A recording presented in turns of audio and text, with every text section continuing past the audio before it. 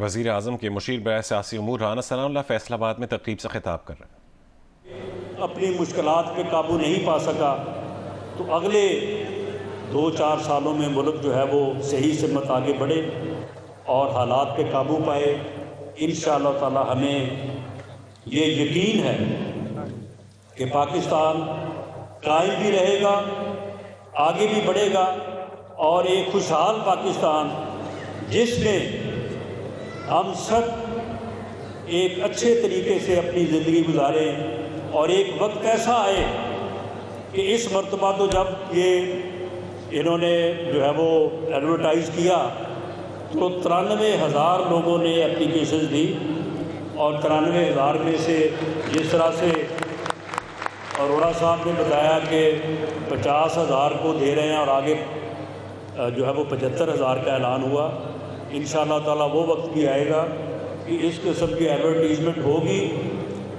मदद के लिए 75,000 लोगों के लिए फ़ंड होंगे, लेकिन एप्लीकेशन जब इससे कम हो लोग ख़ुद जो है वो इस काबिल होंगे कि वो बाइज़्ज़त रोज़गार कमाएँ और बाइज़्ज़त तरीके से जो है वो अपना जो है वो गुजारा करें। मैं आखिर में दोबारा रमेश सिंह अरोड़ा साहब का शुक्रिया भी अदा करता हूँ और उनसे ये गुजारिश करूँगा कि आप यकीन करें कि हमारे यहाँ फैसलाबाद में हर हलके में आप लोग जो है वो इस तादाद में बैठे हैं कि आप जो है वो वहाँ पे फ़ैसला करने की पोजीशन में हैं।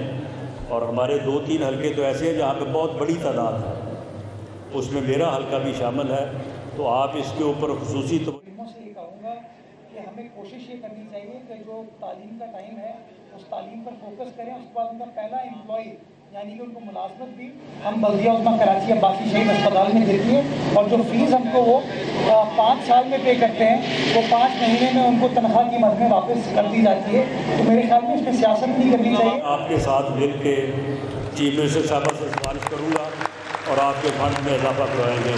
आप तमाम अहबाब का बहुत शुक्रिया, बहुत मेहरबानी। Thank you.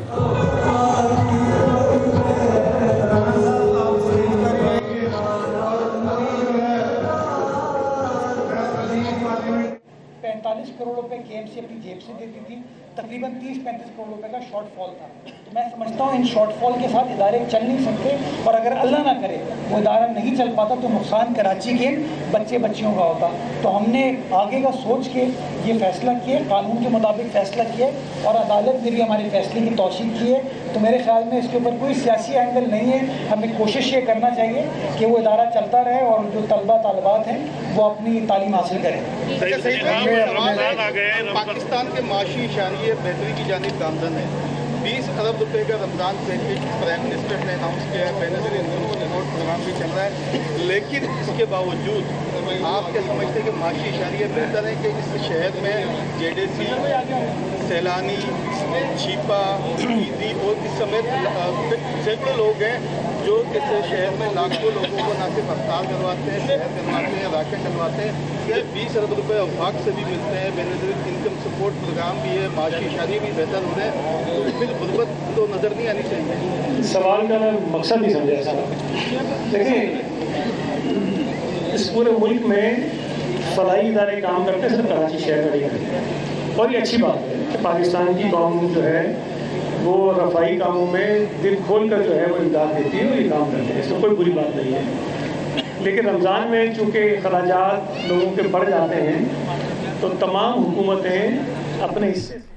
Army chief general Syed Asim Munir ने नौजवानों से कहा है कि वो अपनी तवज्जो बिलावजह की तनकीद की बजाय कारकर्दगी और फ़राइज़ पर मबजूल रखें। बहावलपुर की मुख्तलिफ यूनिवर्सिटीज़ के तलबा से गुफ्तगू में जनरल आसिम मुनीर ने कहा कि नौजवान तालीमी महारत और तमाम ज़रूरी स्किल्स हासिल करके कौमी तरक्की में किरदार अदा करें। उन्होंने कहा कि नौजवान अफवाज के शाना बशाना खड़े रहेंगे तो हमें कोई नुकसान नहीं पहुँचा सकता। आर्मी चीफ ने कहा कि दहशत गर्दी के पीछे एक मुनज़्ज़म गैर कानूनी स्पेक्ट्रम है जिससे मखसूस अनासर की पुष्ट पनाही हासिल है। जब भी रियासत उन पर हाथ डालती है तो इनके झूठे बयानियों की आवाज़ सुनाई देती है।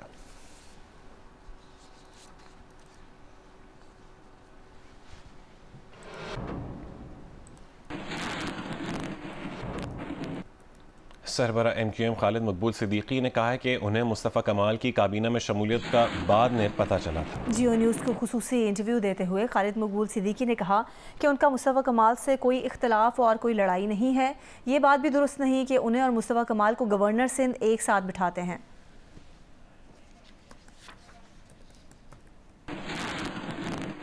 तासुर ज़रूर लोगों का बना हुआ है कि आपकी और मुस्तफ़ा कमाल की इख्तिलाफ़ात हैं और हमेशा आपको और मुस्तफ़ा कमाल को गवर्नर सिंध जो है वो साथ बिठा। नहीं, मेरा ख्याल है ये बात तो दुरुस्त नहीं है। अच्छा, ये जो अभी हल्फ बर्दारी हुई थी, कोई इंटीमेशन नहीं थी और सिर्फ मीडिया पे चल रहा था। और मैं जिस वक्त जहाज़ पे था उस वक्त शायद मुस्तफ़ा भाई को फ़ोन आया है ना, तो मैं इस तरफ आ चुका था और उनको भी 11th आवर में पता लगा था। उस वक्त मैं यहाँ आ चुका था कराची।